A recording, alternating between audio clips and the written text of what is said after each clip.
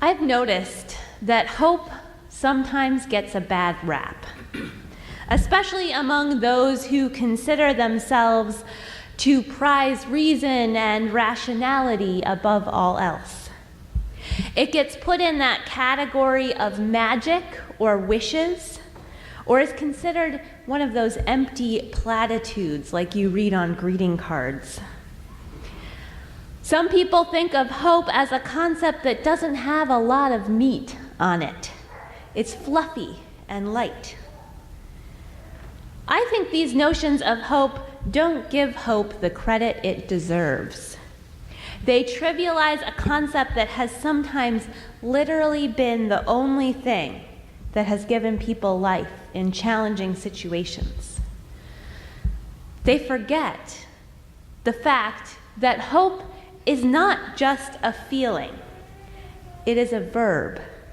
Hope is not just something we sense or feel, it's something that we do.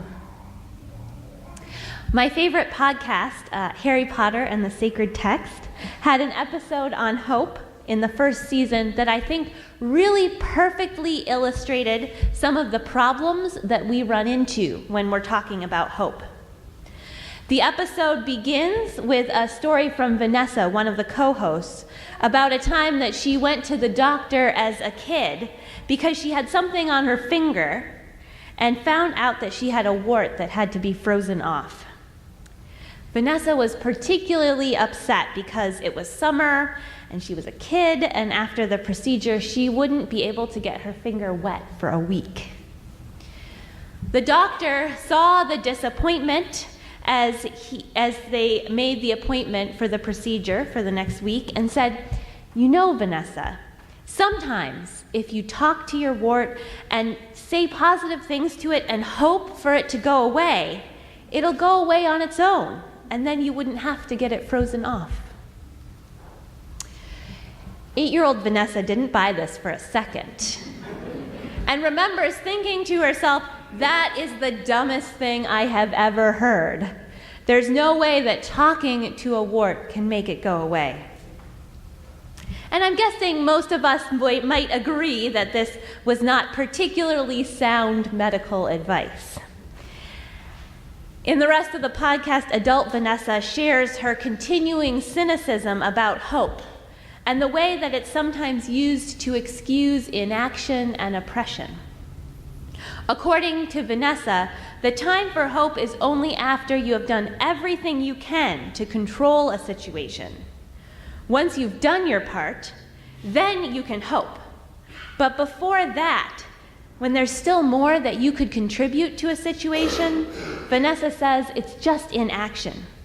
She goes on to say, "I think it can lead you to do silly things. I think that hope is often used as a tool of oppression, that people in power will say to people who have less power, 'Well, you're going to have a better life in your next life.' And that is the hope people are offered." And I have to agree with Vanessa that there are times when hope is used as a tool of oppression or an excuse for inaction. And that's definitely problematic. You only have to take a brief glance through history to recognize this, particularly in the way in which hope of the afterlife has been used to make it okay for this world to be harmful. However, equating hope to inaction feels like a mistake to me. In Vanessa's definition, hope seems to be nothing more than a feeling, an emotion. It's what you do when you're out of actions. But what if we thought of our actions as acts of hope? What if hope is actually what inspires us to act to change our world, rather than inspiring us to simply cross our fingers and wait? After all, hope is not just like being happy or sad, which can be passive ways of feeling about the world. Hope is at its root active. In the podcast, Vanessa offers the example of Hermione, who's worried about her dear friend Harry, and worried that he will get hurt in the next Quidditch match, which, if you don't know Harry Potter, Quidditch is a funny word, but it's just a magical game played on broomsticks. So she's worried that he's going to get hurt, so she researches and learns the best spells to stop Harry from being hurt. And she practices endlessly to get them right, and basically does everything she can to keep her friend safe.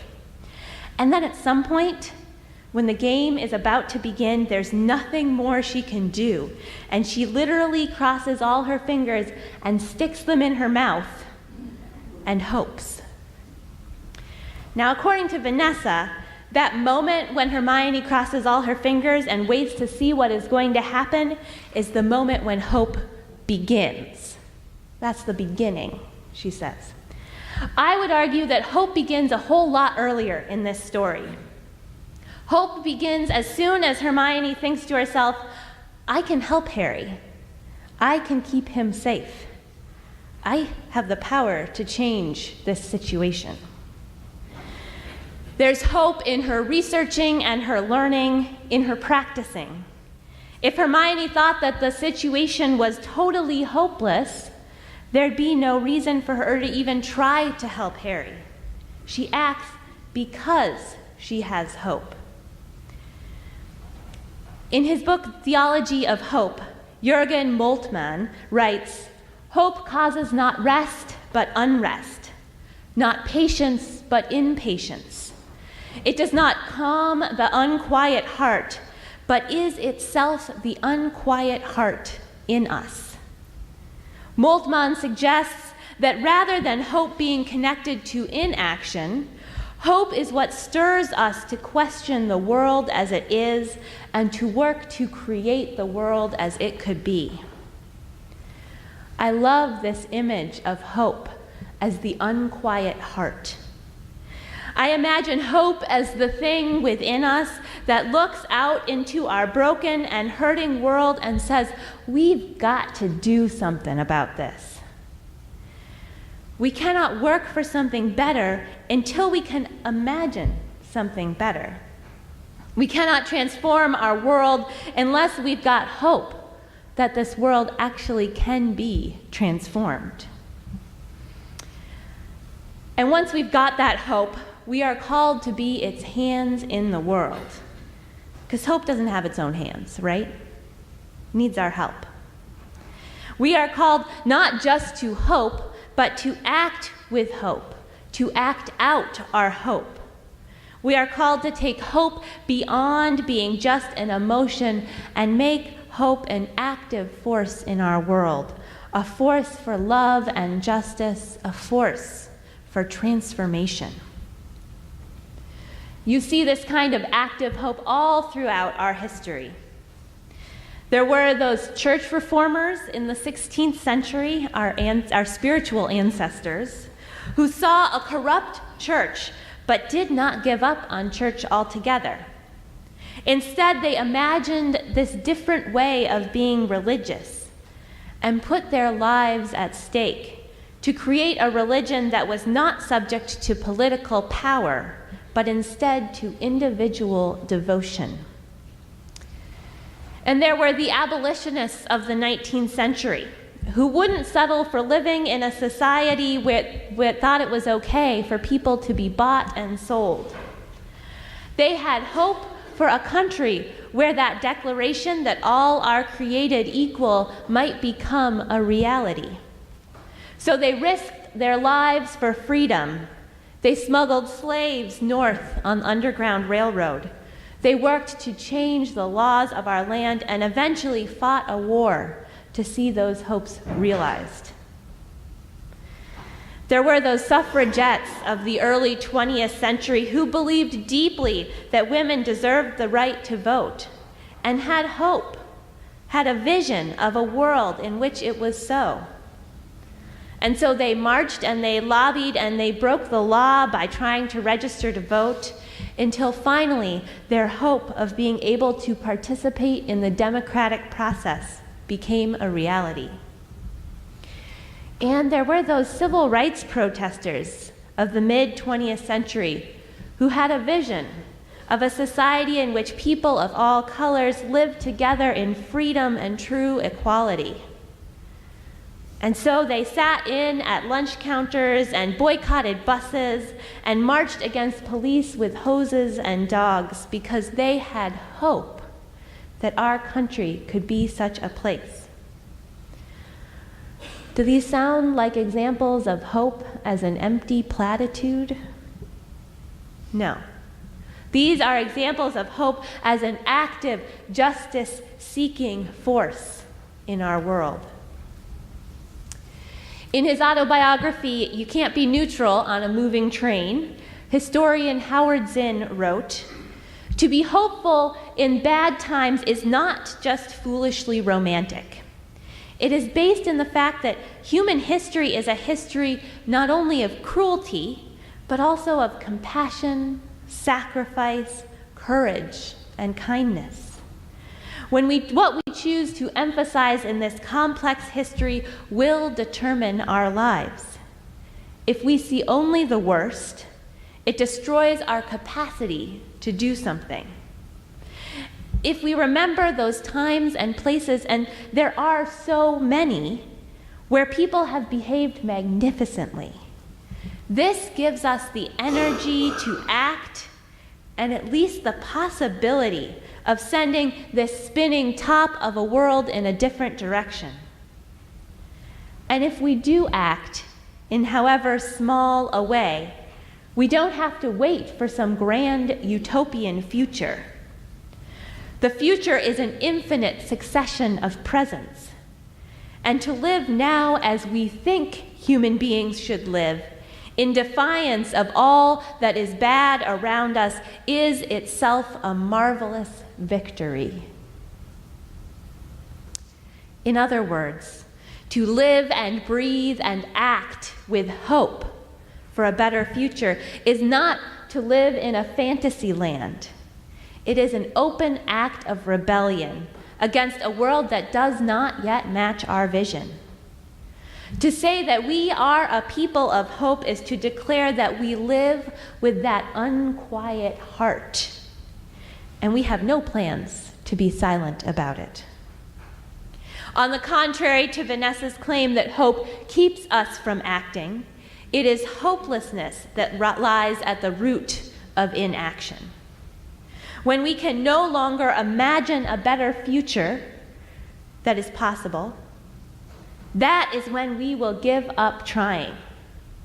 As Rebecca Solnit says in her book, A Case for Hope, for comfortably situated people, hopelessness means cynicism and letting oneself off the hook. If everything is doomed, then nothing is required. There's plenty in our world to feel hopeless about, wouldn't you say? Yeah. Try reading the newspaper. There's plenty to move us to inaction, to make us feel like we can't possibly make a difference. And if everything is doomed, nothing is required. It's easier for us. But this is why we need hope. Our faith tells us that a better world is possible and that we are in no way off the hook for making it happen. So, in this season of hope, as we often speak of this time of year, where are you finding hope? And how is it moving you to act for love and justice in our world? Where are you claiming hope today, despite all the forces that try to quell it, and acting it out today in whatever small way? I see hope in all the extra acts of giving that happen during this season.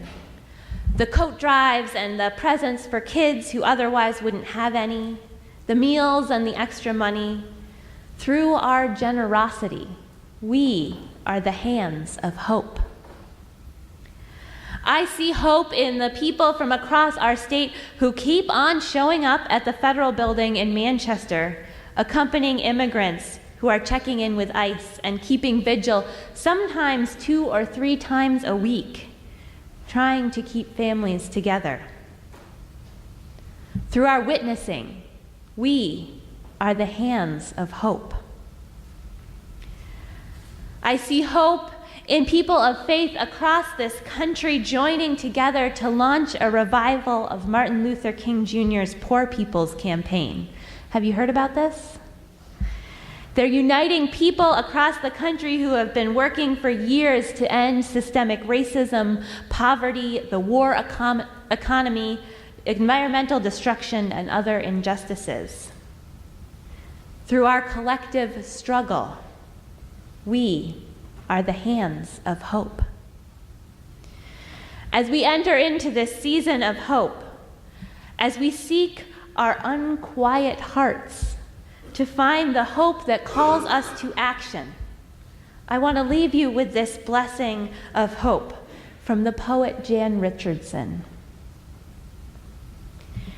May we know the hope that is not just for someday, but for this day, here, now, in this moment that opens to us. Hope not made of wishes, but of substance. Hope made of sinew and muscle and bone. Hope that has breath and a beating heart. Hope that will not keep quiet and be polite. Hope that knows how to holler when it is called for. Hope that knows how to sing when there seems little cause. Hope that raises us from the dead, not someday, but this day, every day, again and again and again. May it be so. If we want hope to survive in this world today, then every day we've got to pray on, pray on. If we want hope to survive in this world today, then every day we've got to pray on.